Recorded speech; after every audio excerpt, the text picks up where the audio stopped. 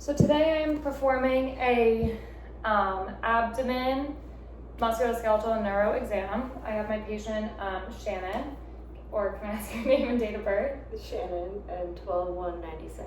Perfect. So she looks comfortable. She's sitting comfortably in the chair, and I'm gonna have her lay back for the beginning of our assessment. We're gonna start with the abdomen. So you can lay back. So first, I'm gonna perform inspection of her abdomen. Just quickly looking at her abdomen, I'm going to be looking for any history of scars or scars that would show me a history of surgeries, any lesions, discoloration, bruising, anything like that, and it looks okay. The next thing I want to do is I'm going to auscultate for bowel sounds. I'm going to auscultate for bowel sounds in all 4 quadrants. And you could do that for up to 2 minutes in each.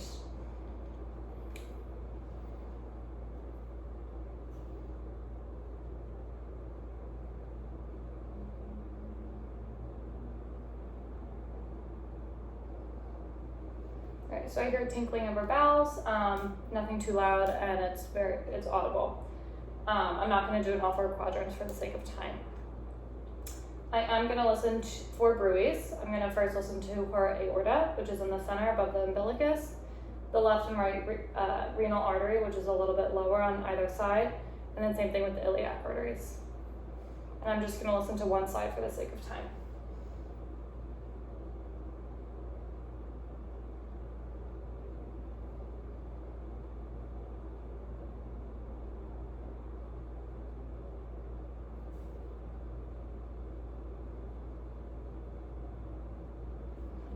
I don't hear any brewing. I'm also going to listen for a venous hum. That's going to be on the right side, kind of like the right upper epigastric region.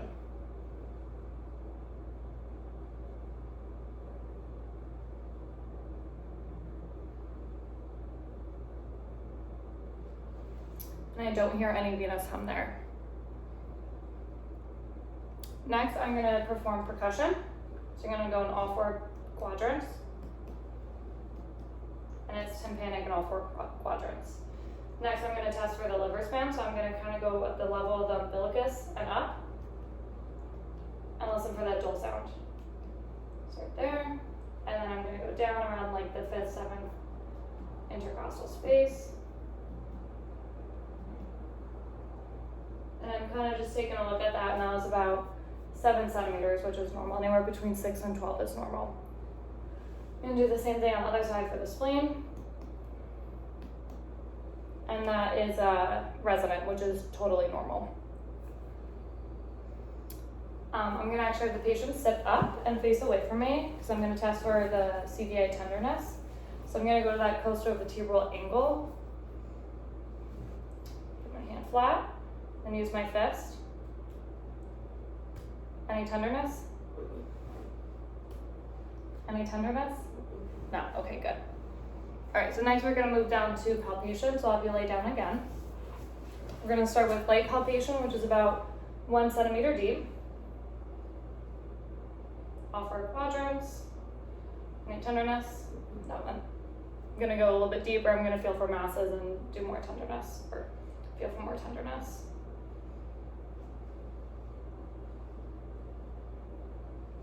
All right, no tenderness? No.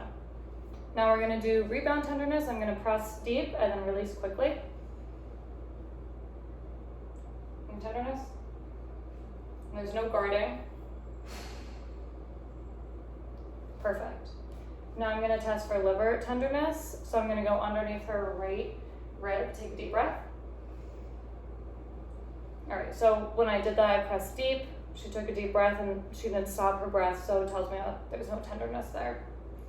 Palpate the spleen. And then we're going to palpate only the right kidney because the left kidney is not palpable. So I'm going to use my hand kind of underneath, and then the other hand on top. And that should feel firm.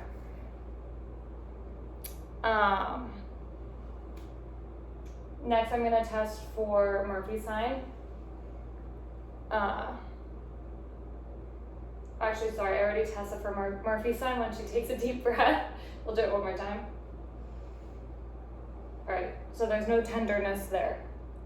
So that would be a sign of cholecystitis. Next, we're gonna do the obturator test.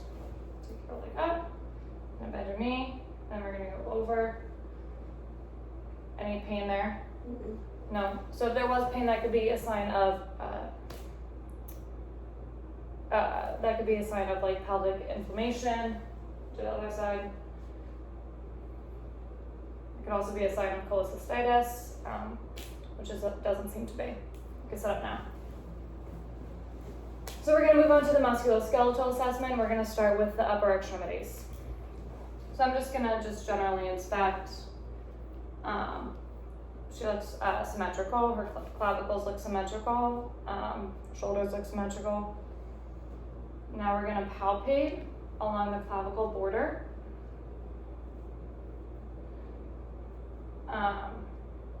Up to that chromium process and that greater trochanter and scapula as well. I'm not going to do the other side for the sake of time once again. So we're going to go down the arm, the olecranon process, the ulna, the radial head, it's right here, still down. And at this point, I'm just going to inspect the hand while we're at it. Feel the metacarpals. And I can feel the pulses at this point as well. So radial pulse and the brachial pulse. So this time it's a good time to do the reflexes. We're going to start with the brachial reflex. So I want you to really relax your arm as much as possible against your thigh. Yeah, and I'll support it right here so you can relax it. So at this point, I'm just going to hit that brachial radial reflex or that nerve. One more time. So I notice a little bit twitch in her hand coming up, so that's good. Next we're gonna do, oh sorry, that was a brachial, now we're gonna do the brachioradialis. Relax your hand, kind of like that, perfect. Perfect, great reflex there. So you can relax your arm entirely in my hand. Feel relaxed. All right, perfect. Or moved out. Once again, I'll do that on the other side. All right, so now we could do range of motion. Let's do, you could just follow what I'm doing, put your arms up, back of your head, and then bend your elbows down. Perfect, arms out, behind your back, and then bend your elbows again. Good, that's testing extension, flexion, abduction, adduction all together, so that's a good test. Next, we're gonna test hand and wrist strength, or actually let's do tricep and bicep strength. So face me, put your arms up. No, pull towards yourself against my resistance. Good. Away from me. Perfect. Good strength. We're gonna do the same thing with hands. Push down against. Perfect. And then actually let's do this. Towards yourself. Use your wrists a little bit. Yeah, perfect. We could do range of motion of the hands. We could do supination, pronation. Good. And then up and down. All right, so that's really good range of motion. We tested all of the upper extremities. So now we're gonna go to the hips. Actually, you can face the camera if you lay down, and then face the camera. On your side, yeah. Okay, perfect. So I'm feeling the iliac crest. Kind of going all along there.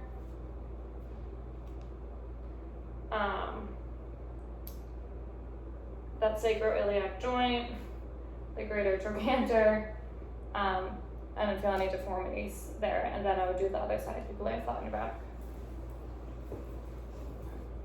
I'm gonna feel your femoral pulse.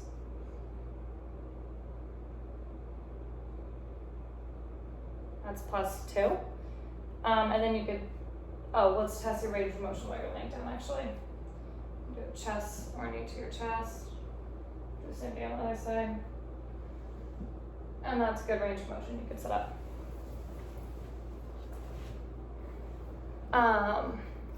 So at this point, I want you to pull your knee up against my resistance. Perfect. Perfect. And then extend your feet out, down. Same thing on the other side, down. Bring your feet out, and then flex your toes down towards you, side to side. Awesome. So now when we stand up, I'm gonna have you stand. And I'll stand up with you just in case. Just for support, I want you to take your right leg, or face the camera actually. Take your right leg and out to the side, and then cross it over to the other side. Perfect. Leg out. I'm sorry, take your right leg and go forward. Perfect, and then face me. And then take your right leg and go back. Perfect. So I do that on both sides, testing range of motion of the hips as well. All right, so now we're gonna go down to the lower extremities, even though, a little bit further down. We're gonna take a look at the patella. The patella is symmetrical on both sides. Feel behind the popliteal area. No masses there. The tibia is smooth. And the fibula you can only feel on the lateral distal end. And then I also feel the medial and the lateral malleosus. I could also take a look at the metatarsals. At this point, everything feels okay. And then we already did a little bit of extension and flexion of your knees. And I just want you to kind of do that against my resistance. So put your leg up. Perfect. Same thing on the other side. Perfect. And then at this point, I'll feel for the pulses. So I'll do the popliteals, back of the knee.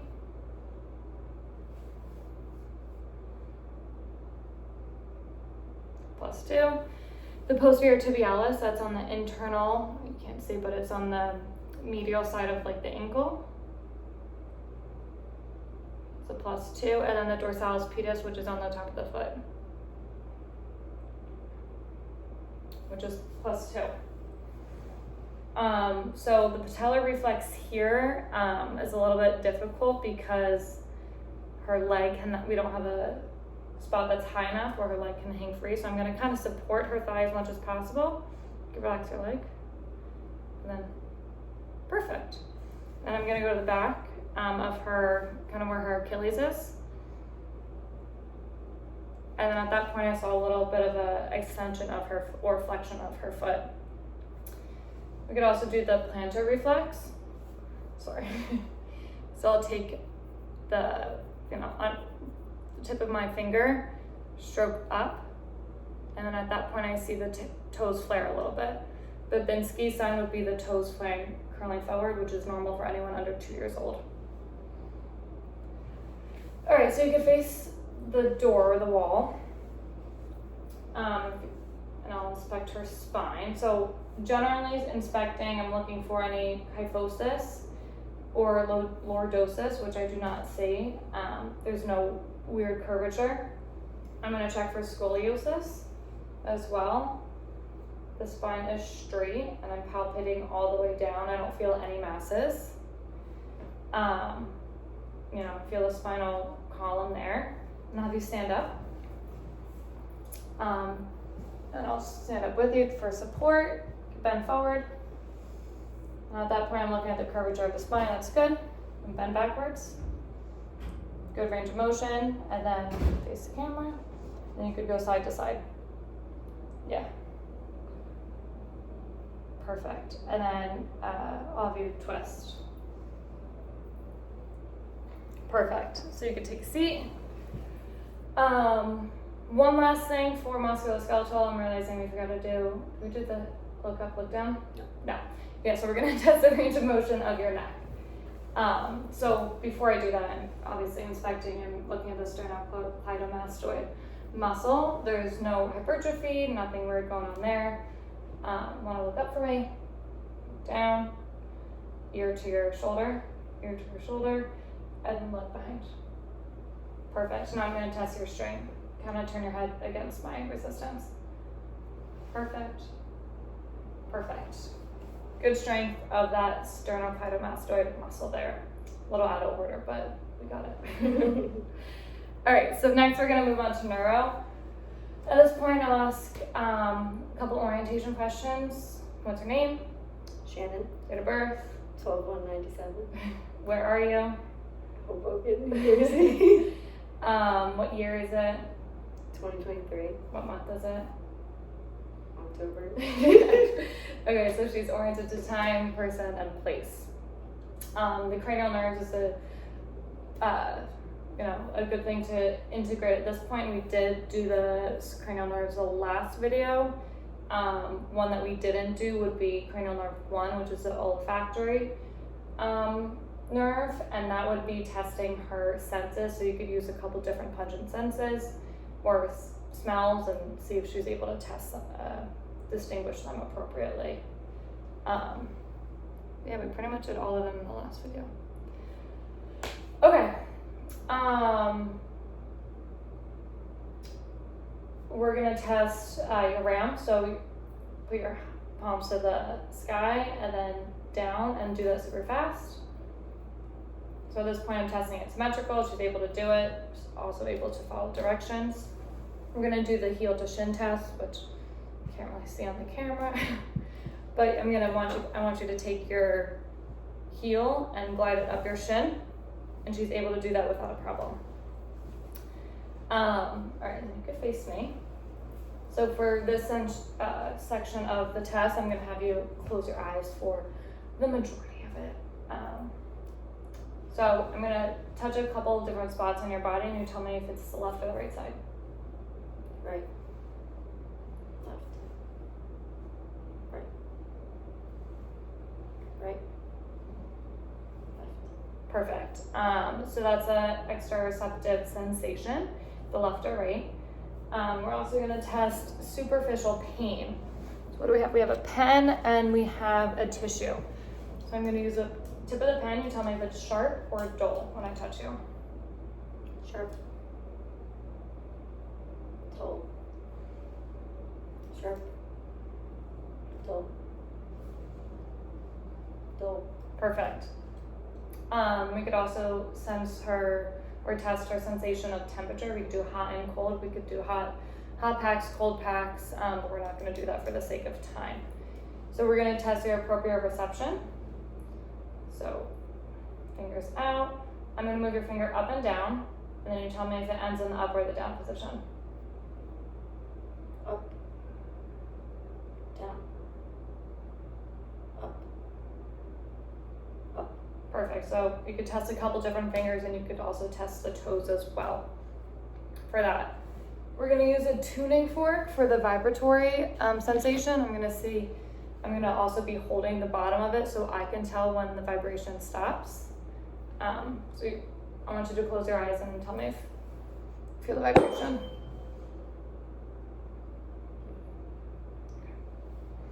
And then tell me when it stops. Yep. So that was the same as that I felt, so that's pretty good.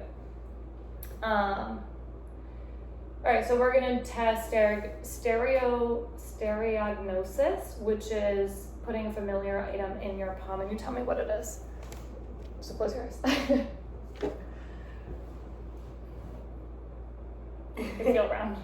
Finger tie. Perfect. Tissue. Perfect. All right, so now we're gonna test graphothesia. I'm gonna draw a letter or a number in your palm, and you tell me what it is. 3. Perfect. 9. Perfect. So I tested both sides. We could do letters and numbers as well. All right, so now we could do 2-point discrimination. So I have 2 tweezers. I'll have you put your arm out. You tell me when you no longer feel 2 points and you feel 1 point. Wait, let's do it this way. 2 or 1. That was 2. 2 or 1? 2. 2 or 1? 1.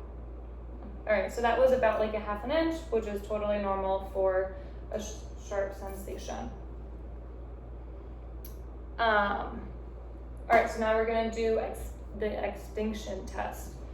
I'm going to hold both sides of your body, and then you're going to tell me if I'm going to release one hand, and you're going to tell me if I'm still holding the left or the right side.